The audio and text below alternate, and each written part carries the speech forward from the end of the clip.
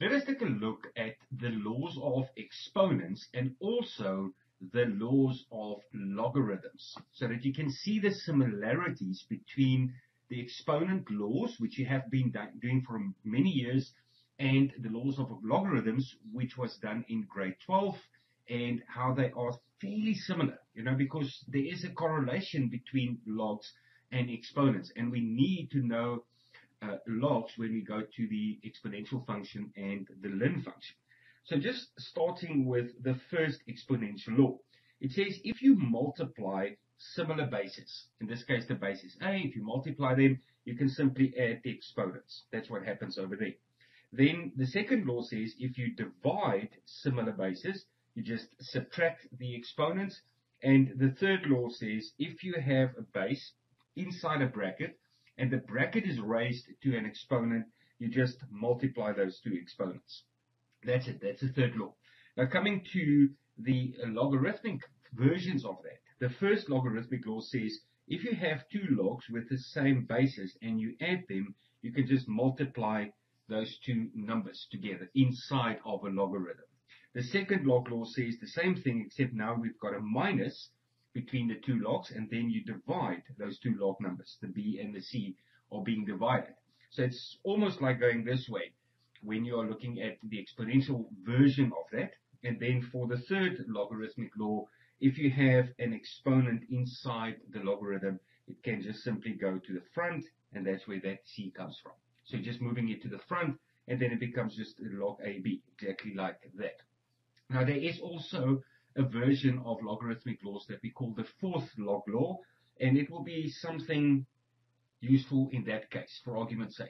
When you have a log with a base 10, because we work in a decimal number system, and all our numbers are base 10, and if you have there that a is actually a 10, then you can work it out a lot easier in terms of non-calculator use or in terms of older calculators, which can only work in a base 10 format. And the fourth log law basically just says that you take the b and the a and you create two new logarithms, one with the b and one with the a, with a new base. And typically that base would be 10. So that would then be log 10b divided by log 10a. So that's all it does. It just gives you two logarithms being divided. Just take note that difference between that and the second logarithmic law is that in the second logarithmic law, you only divide those two numbers. In the fourth logarithmic law, you divide both logs with a brand new base. And we might encounter that fourth law somewhere in the discussion of the natural logarithm. But this was just to give you an idea of a logarithmic law and its equivalent exponential law. And then we actually need to go to the next part, which is the important bit. We need to stand still at the conversion between exponential form and logarithmic form. So looking at an exponential equation like that, well, not necessarily an exponential equation as such, but it's an exponential form equal to something.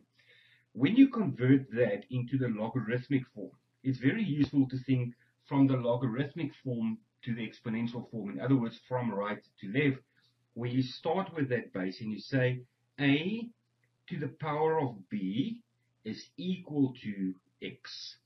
This is important. You need to understand that logic of how you can create a log from an exponential equation and how you can create an exponential equation from a logarithmic equation. Now, it isn't always going to be a logarithmic equation. Sometimes that b on the right-hand side of there, but you can fill it in. You can say, I give you something like the log of 2, 3, for argument's sake.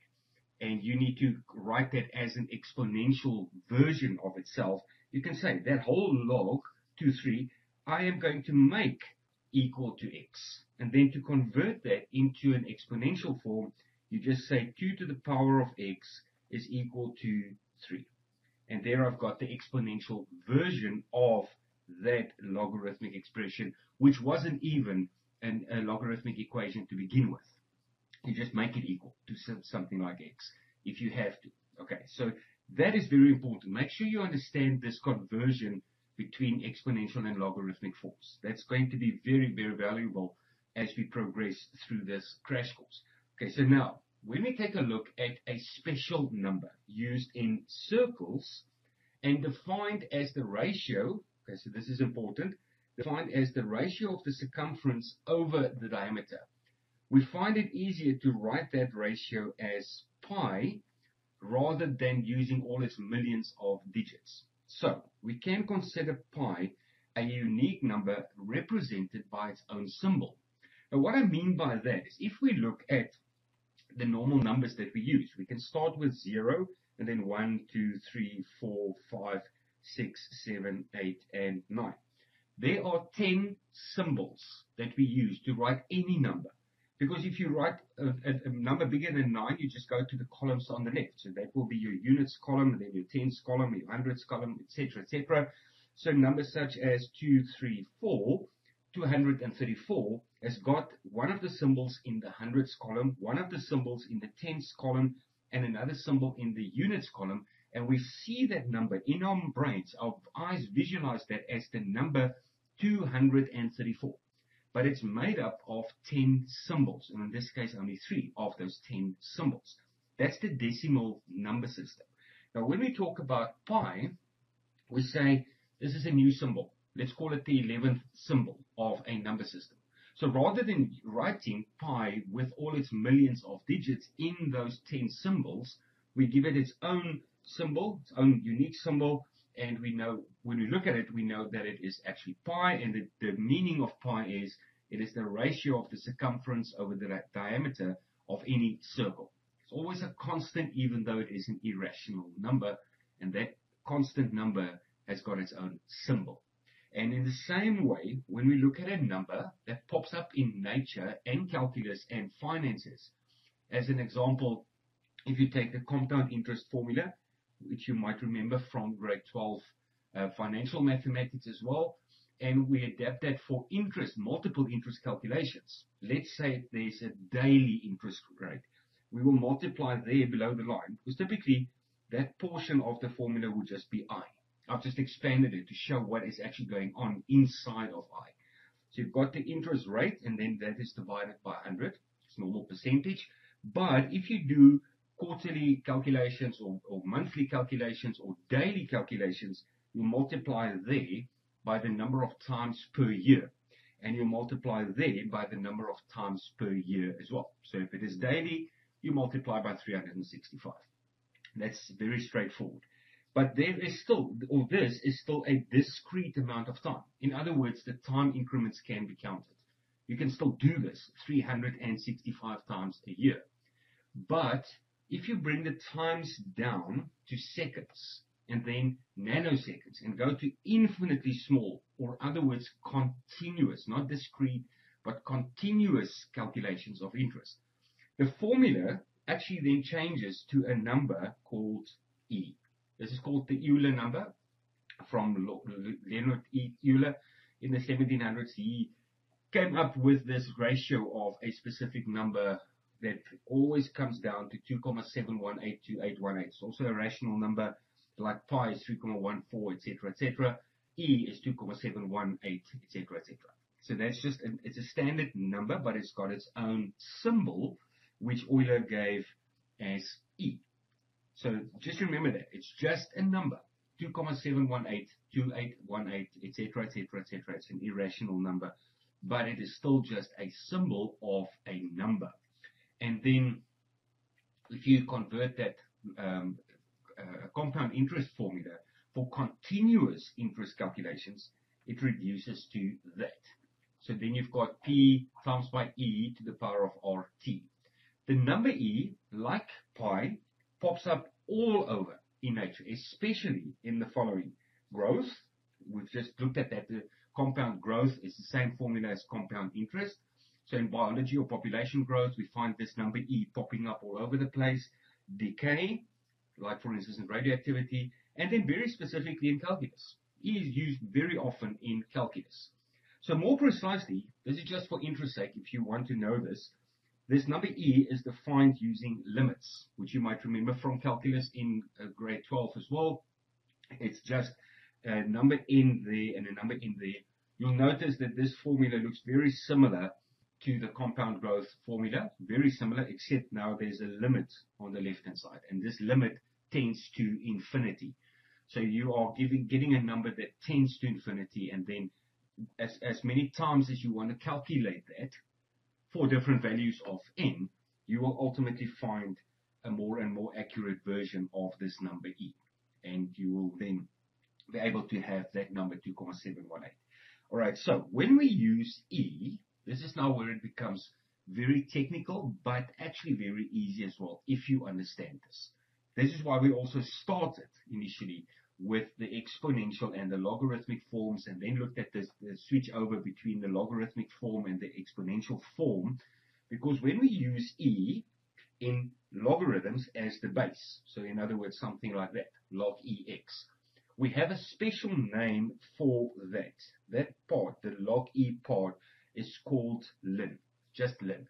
And it's named after the Latin Logarithmus Naturalis. There my tongue tied a little bit, by some accounts. So it comes from a Latin, so it's pretty much the same thing. Log e and ln is the same thing, and it's called the natural logarithm. Remember that when we talk about the natural logarithm, we're talking about a logarithm with the number e, or that base e. Then it's called the natural logarithm. But it is still log e for all intents and purposes. So just put this into perspective. We've mentioned this before, where you have log 10x. That's often written as only log x. We don't always write that 10 there. And because of the base 10 in the number, it's called the general logarithm. So we have the natural logarithm, which is a log with the base e, and then the general logarithm, which is a log with base 10. So what this means, and this is now where we can start putting all the things together. What this means is that if you have ln e, you can write that as the log of e, and then say, what is that? Because remember that e is standing next to the log. We're just changing the ln to log base e. But now you've got that, and you say log e. Let's make this equal to x, like we discussed before, and convert that into an exponential form. And you will see that e to the power of x, that side is equal to e to the power of 1. And then from your exponential equations, you know that x is equal to 1, which means the right-hand side is equal to 1. So ln of e is equal to 1. Let's see if it works for the next one as well, which is that one there, ln of 1. So we can rewrite the ln as the log of e, 1, is equal to 0, is it? So we can say e to the power of 0 is equal to 1. Yes, we know that anything to the power of 0 is always going to be equal to 1. Now, if you didn't put that 0 there, you put an x again, then you would have had e to the power of x is equal to 1. So e to the power of x is equal to 1. But we know that we can write that 1 as e to the power of 0. And again, x is equal to 0. Straightforward deduction from your exponential equations. And then looking at the next one, where we've got that ln e squared. That is a notation difference. We don't really write it like that because it looks like ln e. It is actually ln of e squared. That's where the brackets come in. So you often see them use brackets with ln, just so you don't have that ln e standing right next to each other. But then again, we can rewrite that ln as log of e, base e, and then e squared. And then we can say, okay, let's make this equal to x. And we've got e to the power of x is equal to e to the power of 2. Okay, so brilliant there. X is then equal to 2, or that whole expression is going to be equal to 2. So remember, therefore, that ln, the ln, can very easily be replaced by just log of e, if you want to use your knowledge of logarithmic to exponential conversions, which we've seen now a couple of times. It's a very easy conversion if you just replace the ln with log e to understand why the answer is what they say it is, or to find the answer for yourself. Or then any of the other log laws, which you will also encounter. You'll find, especially the third log law that we looked at earlier. That third log law will also pop in at times. So you can use your log laws, you can use your exponential laws, all with the calculus or the specific natural logarithm exercises to make it easier for you to understand. So let's take a look at two more examples. Now we've got ln ex. So let's replace the ln with log e, and then we've got e to the power of x over there. So let's make this equal to y. So we say e to the power of y is equal to e to the power of x, which means y is equal to x. So then that whole thing is going to be equal to x. So in other words, if you have that, the ln of e to the power of x, you know that the answer is just simply x. So if you remember that, you can just simply replace that whole expression, ln ex, with x. Or if you don't remember it, you can actually work it out like that to see what is it equal to on the right-hand side.